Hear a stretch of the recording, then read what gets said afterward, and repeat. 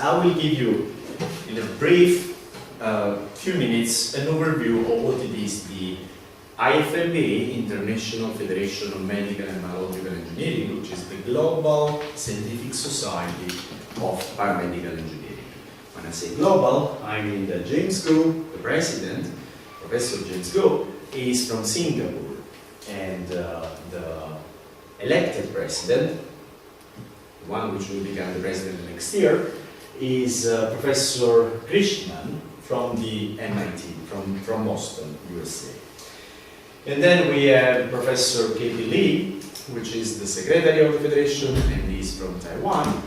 The treasurer, Mark Nissen, which has been in this room several times delivering lectures in the master which Nicholas mentioned before, which is the treasurer of the IFMBE, and he's from Belgium. And Ratko Majarevic, Professor Majarevic, is from Zagreb, Croatia, and he is the past president. So, just to give you an idea of what I mean by global, the officers, the one I just named, are actually from the and the IFMBE altogether is a federation of federations. So you cannot become a member as an individual, but throughout a national association.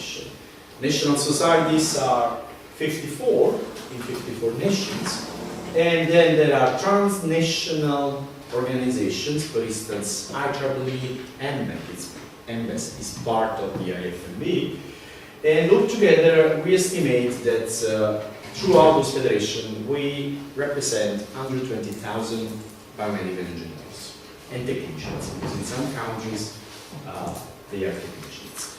Now, the federation has a very articulated organization. Nicholas mentioned it in the opening of this summer school. So we have working group, we have committees, and the federation has only two divisions. Divisions are more operative parts, and there is the clinical engineering division. You heard how much it is important that we take care of medical devices in real environment, in hospitals, and clinical engineers are basically those biomedical engineers which work in hospitals or however taking care of real delivery of healthcare services throughout medical devices and medical locations. Not only hospitals, because nowadays healthcare is going over just the concept of hospital and arriving on the territory. So clinical engineering now is challenged by this change of paradigm going towards the real world. And the other division is health technology assessment. As Nicholas mentioned, this division has been created several years ago, then for a while has been less active, and then Professor Nicholas Panikaragis restarted, was asked to wake up this division which had been dormant too long, and he did that. It was 2012, I think. We were in China. He was appointed as chairman of the division, and I can give you further details. It's an election process, and then among those elected, then we appoint the chair, the treasurer, and the secretary. At that time I was the treasurer. Nicholas did a great job to restart things, and because of that, in the next 3 years, I became chairman in 2015, I think. It was then very easy to start working in the way I will show you now. We have a 3 years budget and plan, and I will show you what we are doing in those 3 years. Roy is a member elected of the division, Nicholas and myself. So we are 3 out of the 7 members, but later we'll come back on that. We are a scientific society, but a very peculiar one, because we like to stay grounded in the real world. IFMBE is an NGO, non-governative organization, NGO, officially recognized by United Nations, meaning that we host a seat in all the General Assembly of all the United Nations organizations. Most relevant to us is probably WHO, and our treasurer is a representative for IFMBE in global General Assemblies of WHO. But then we have the same right with UNICEF and all the other United Nations organizations. Through that, the IFMBE gives inputs to all those organizations which then have something to do with healthcare. So certainly WHO, but now we are working with ILO, International Labour Organization, for the recognition of professional biomedical engineering, and many other things. So, okay, we are scientists, are we, Nicholas? Academics, essentially, friends of the road, but we like to be very close to the real world. Now, this is our vision. We believe that biomedical engineering is not a subset of medicine. We believe it's the other way around. And our belief has been received by the official journal of European Union. So this is coming from a document of the European institution, and it says that it's the other way around. It's modern medicine which is predominantly securing important advances throughout the use of our products, mainly medical devices, but then also medical applications. It's not trivial, this statement, but don't take me wrong, nothing really changed. I mean, this is the situation starting last century. You see the patient, you see the medical doctors, surgery theaters, one side and the other, and that's the situation now. Nothing changed. You see patient, medical doctor, which still is the main actor, he has the main responsibility. The only thing which really we may claim has been changed is the way we do this service now. All the things that you see there are products of biomedical engineering, and that's what we design, develop, assess, and maintain, and dispose. That's exactly what we are discussing. And now we take care of the assessment of those devices. For a very trivial reason, if you were designing airplanes, then the guy who was buying the airplane would have been an engineer, and the guy driving, the pilot, is more or less an engineer. So when you have in all the chain engineers, you don't really need much time to understand each one the other. When you are a biomedical engineer, it means that whatever you produce, the end users will be medical doctors, if not patients. So they will have a completely different background than the one you have. So you need a proper way to share common understanding, and in the assessment, inform public decisions. Now, this is the division vision, strategy. I will not enter in details. I just invite you to have a look to the website of the division. I want to go through it just recalling few of the projects that we are running. The first three regards altogether the training of biomedical engineers. We acknowledge the fact that there is a lack of training opportunities for biomedical engineers in health technology assessment. So we started the summer school series, there you are, because also we want to develop training contents. So by doing those lectures, we are also focusing what really we need to develop in terms of contents, books. That's why we are recording those lectures. And then all that is going on the e-learning platform that we developed. So I had the honor to host the first summer school in my university in Warwick. This was in 2015. Many contents were recorded there. Those are a few of those contents which, if you go on the e-learning platform, follow the link and you will find them. They are completely free. And now we are here running the second summer school. As we've seen, we recorded the lectures and they will go again on the e-learning platform. Now they are just put there.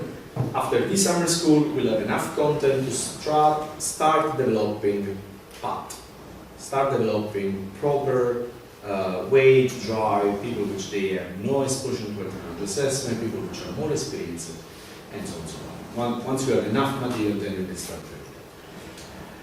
And that's our website. You go there, Health Technology Assessment Division, htad.ifmbe.org. And if you click on training, you will find information about summer schools and the one which we plan to do next. And if you go here, you will find the learning platform, which is here. And you have access to all the modules that we recorded in the meantime. Just to give you an idea, those were the data updated to June of this year, which means 3 months after launching the learning platform. And this shows the interest which is within the biomedical engineering community about this topic. All over the world, they have been using the platform, which is the purpose of the platform. Within the biomedical engineering community, it's also growing the space that we give to our technology assessment. So I just started from here, in order not to show how old I am. This was the European Congress of Biomedical Engineering. It was in Croatia. And if we had altogether 8-10 papers on technology assessment, perhaps that's a real number. Then we moved to the World Congress 2015 in Toronto. We had again the roundtable and the workshop. And then invited speech, which was not trivial.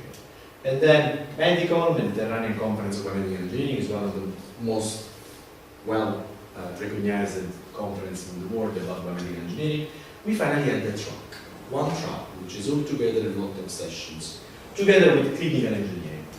And then from this year European Congress of Biomedical Engineering, we had two tracks, one for clinical engineering and another one on technology assessment. Where actually we had 30 papers, about 3 times what we had only 3 years ago, and 3 sessions and so on and so far. And to the forthcoming World Congress next year in Prague, again we will have 2 tracks. Ask me next year how many papers. No, well, come and you will see.